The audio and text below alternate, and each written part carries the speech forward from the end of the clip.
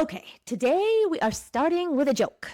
What kind of pants does a psychic wear? Paranormal pants. Okay, please don't turn it off.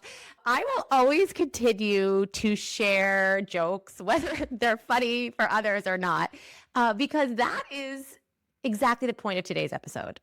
If you cannot laugh, you are probably gripping too hard. And today, of all days, is important to let go and laugh a little bit. So it's April 1st, April Fool's Day. And if there was ever a perfect day to talk about humor, levity, and why you do not need to take yourself so seriously to do serious, energetic work, this is it. Because somewhere along the way, especially in this spiritual and personal growth space, someone decided that depth had to mean heaviness. That if the work was real, using air quotes, it had to be intense, dark, serious faces only here. And I just don't agree. And I never have, which is probably why I've got kicked out of some of those spiritual spaces. But I know that is not for me. Here's what I see all the time. When people approach energetic work with only seriousness, everything starts to feel personal. Every delay feels like a failure. Every challenge feels like a test. Every moment of friction turns into, what am I doing wrong? And then life starts to feel like it's messing with you, like the joke is always on you. And that is exhausting. And I'm going to be honest here. It's not even how energy works. By being serious, you are not working with energy more seriously. In fact, you are missing out on one of the energetic advantages that are most important for a lot of people, which is humor. And so if life lately has felt a bit heavier than it needs to be, or if you're just really wanting a good laugh, this episode today is your permission slip to do it differently. Today, I'm going to share why humor is integral to this work and why it's one of the most underrated tools we have for transformation, how humor makes energy work more precise. And I'm also going to share some real life examples to get you laughing, yes, but hopefully also to inspire you to bring in a bit more humor and levity, not only into your work, but your life. One of my greatest inspirations in this realm of my work is my grandma. Hi, Grandma. Well, she's dead. She's not listening to me via the regular way that you all are, but she does talk to me every day. And my grandma was born on April 1st. Happy birthday, which is when I really think about it, it makes so much sense. This is a woman who went back to high school when we were kids and asked my brother, who I think it was in like grade 3 or 4, to tutor her. We taught her how to drive later on in life. And I will never forget her behind the wheel of the car, my dad in the front seat, and me in the back. And we would get to a stop sign, and my dad would say, "You got to go up a little bit further. Mom, you got to pull up a little bit further."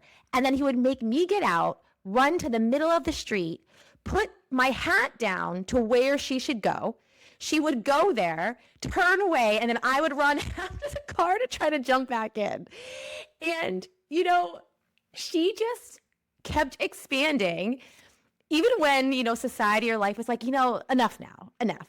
She did it all with humor, and she did it in a why not way. She told a lot of stories, which always included, lo and behold. I'll get back to that little saying in a second. And, this energy is really powerful. And I really want to say this clearly. Spirit is funny. It's not sarcastic. It's not cruel. But sometimes it can be really clever. It can be playful, and it can be cheeky. And if you've ever received guidance that made you laugh right after you cried, or made you laugh right before you cried, you know what I mean. There's a reason for that. There's a reason why humor is so important and powerful when we're working with energy. From a nervous system perspective alone, let's start there. Laughter lowers stress hormones. It pulls you out of fight or flight. It creates flexibility in the brain, which means when you laugh, your brain literally sees more options. It reminds you that you actually have access to more options than what's right in front of you.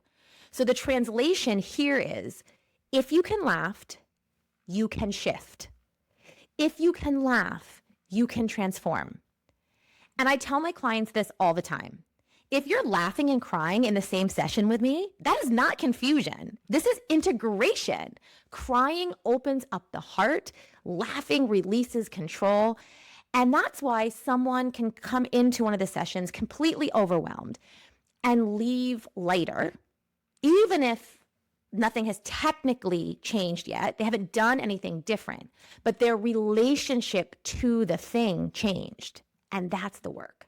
So let's go to what happens when humor is missing first, where I tend to see things go sideways. So when humor is missing from identity work and energetic work, people start to over-identify with their wounds. Everything becomes heavy. It becomes really meaningful. It becomes serious.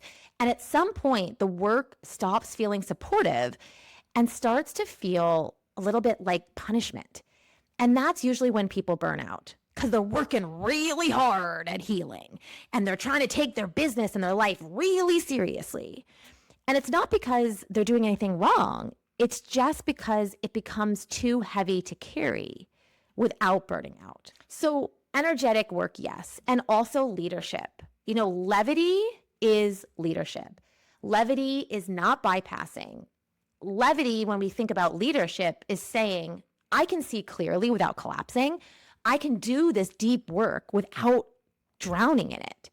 And you do not need to take yourself so seriously to be powerful or make serious impact. This is one of the favorite sayings I say. I can do really serious, impactful work and not take it so seriously. Because actually taking yourself too seriously is often the thing that slows everything down. And, one thing I know for sure is that the biggest breakthroughs in my life have almost never come through those solemn, serious moments, right? They've come through humor. They've come through levity, through those moments that really made me laugh out loud and immediately go, okay, message received. It reminds me of a time I was very earnestly asking for a sign. I was very sincere. I was very focused. I was 20 years old and I was in Venice, Italy. I had just gotten off the train and I had nowhere to stay. And that was a summer, which I'll share about in another episode, where I planned my entire itinerary on flipping a coin. I really had no idea where I was going until I got there. And when I got there, and I realized there was a big festival that weekend, and everything was booked. And so I asked for a sign. And within about 30 seconds, not one, but two birds pooped on my head, back to back. And instead of spiraling into, oh, what does that mean? What is happening to me? I just burst out laughing. Me, a huge backpack, bird poop on my head. And in that moment, the message was obvious. Lighten up. Stop trying to control it. You're supported. You're not doing anything wrong. Because, of course, I was going into, why did I choose to come here? Blah, blah, blah. I should have had a plan. And at that moment, two nuns came around the corner and they took one look at me with bird poop all over my head and they laughed. And wouldn't you know it, long story short, I slept in a nunnery that night. You can't make this up. Another one of my all-time favorite stories in my work is maybe 2 years ago now. I was hired to do readings at a bachelorette party. So fun, light, celebratory. And I didn't know anyone there. And so I went to the home. We were having a great time. I did a reading for all the bridesmaids. And then I get to the bride. And she asked a very serious question about her wedding. Like, what feels really important that she needs to know about her wedding? I remember thinking, she's wanting a very serious, impactful answer, right? There was a yearning in her question. I wasn't sure for what, but I was like, okay, I got to tune in. I got to pull a card. And what popped into my head and flew out of my mouth before I could stop it was, please make sure that there are no pickles on the sandwiches at the reception, or I will personally come down and cause problems. I remember putting my hand over my mouth and being like, oh my gosh, I think that was not the serious answer she was looking for. I can't believe that just flew out of my mouth. I thought it was ridiculous. And then the bride starts crying. And it turns out that her mom had passed away a few months earlier. She hated pickles. And the way I said it was exactly the way she would have shown up. And as we talked more, we realized that her mom and myself, we shared the same birth card. So of course that message came through me. You know, a lot of people doing my type of work would have scoffed at doing a bachelorette party. Like, that was beneath them. They're more for the serious things. And when I got that booking request, I was like, hell yes, I'm doing this bachelorette party. Like, how fun is this? And if I had judged that opportunity, or even that message that came through me, as too silly or not serious enough, this bride never would have received that incredibly meaningful confirmation that her mom would still be there on her wedding day. You see how Pickles is literally bringing me to tears as I remember that energy when we talked on that day. And this is what I mean when I say humor is not the opposite of depth. Humor is often the delivery system. If I had tried to be polished or profound, I would have missed the truth entirely. Levity is how the message lands. And that moment taught me, if I censor the delivery, I block the transmission. And honestly, this is why we are all obsessed with memes, right? Think about it. How many Scorpio rising memes have you seen? Or, tell me your chart without telling me your chart, or tell me your sign without telling me your sign posts, right? We don't share those with our friends, or we don't share them with each other or to our feed because they are academically impressive. We share them because they land. They say something true in a way that slips past our defenses. Humor is a delivery system. A meme can transmit insight faster than a 5-page explanation because it bypasses the mind and goes straight to recognition. People laugh, then they pause, then they go, oh, that's me. And that's how this work spreads. That's how it becomes accessible, not by being heavier, but by being human enough to share. And, I think this is also why my work circulates so naturally. I'm not trying to make energy work feel exclusive or mysterious or heavy. I let it be human. I let it be funny. I let it be relatable. When something is shared with levity, people don't feel like they need permission or credentials to engage with it. They recognize themselves in it. They send it to a friend. They laugh. They say, oh, this is so me. And suddenly the insight has moved. Humor lowers the barrier to entry. And once that door is open, the depth will take care of itself. That is why this work travels. And that is why I encourage you to embrace more of your humorous side. Not because you're trying to simplify something, because you can make it more accessible. And I also want to chat here about humor as its own energetic advantage, because everyone's sense of humor is completely unique. Think of it like a fingerprint. So the way you laugh or what you find funny, your timing, your delivery, that's all encoded within you. And that's one of the reasons why humor is such a clear channel for me. Because when something comes through with a very specific tone or punchline, I can immediately tell when it's not mine. Spirit does not sound generic, and it does not sound like the person it is coming through. Spirit uses recognizable frequency. And humor can cut through the noise because it is so precise. It bypasses performance, it bypasses overthinking, and it goes straight to recognition. So when humor is used well, it is not a distraction from the message. It is the message. And that is why it moves faster, it lands cleaner, and it sticks longer, right? And that's why going back to these specific things you remember people saying, or even your own cadence, whenever I hear, lo and behold, can you believe this is I'm like, hi, Grandma. Grandma has entered the group chat, right? Because I would never say that. And I don't know anyone else who says it. So when it comes through like that and makes me laugh, it's not always a flippant or funny message. Sometimes it is a very serious message that I so appreciate her bringing to me. But she has to catch my attention with that snap of the finger, that energetic fingerprint, that humor that I know is uniquely hers. So as you're listening, I want you to think about the last time you laughed at yourself, like truly laughed at yourself. And then I want you to think about the things that shifted afterwards. Not because you minimized the situation, but because you stopped fighting against it.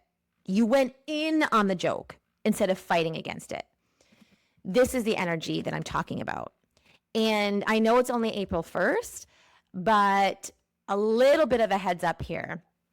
In June, humor is going to be out in full force. And if you can embrace it, play with it, instead of fight against it. Again, if you can play with the universe like you're in on the joke, that you can laugh at yourself versus feeling like the joke's on you, June is going to feel so much lighter. So for today, though, on April 1st, here is the invitation for you. Where can you loosen your grip just a little bit more? Where could humor bring perspective? Where have you made things so serious that you've forgotten how intelligent and sometimes ridiculous life actually is?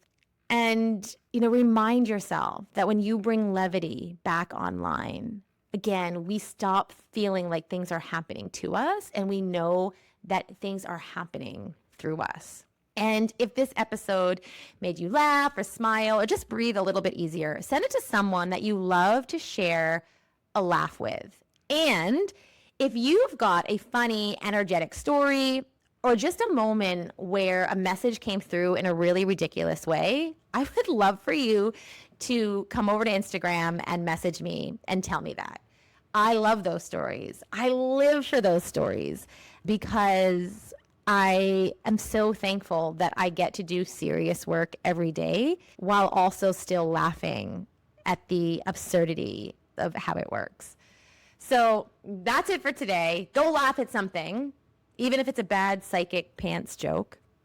Remember back to how we started this conversation. And, April Fools, Grandma, I'm ready for you. I know today is just going to be one of those days where she comes through loud and clear. And today I have a feeling it's going to involve some flour and sugar. It's going to happen in the kitchen. And when it does, I am so grateful and thankful that I recognize humor as my energetic advantage. So I will laugh, then maybe cry. But I know I won't cry first. So happy birthday, Grandma. Happy April Fools to all of you. And spam me with all the memes, all the messages, all the funny stories. Because doesn't life just feel so much better when we can laugh together? Talk to you soon.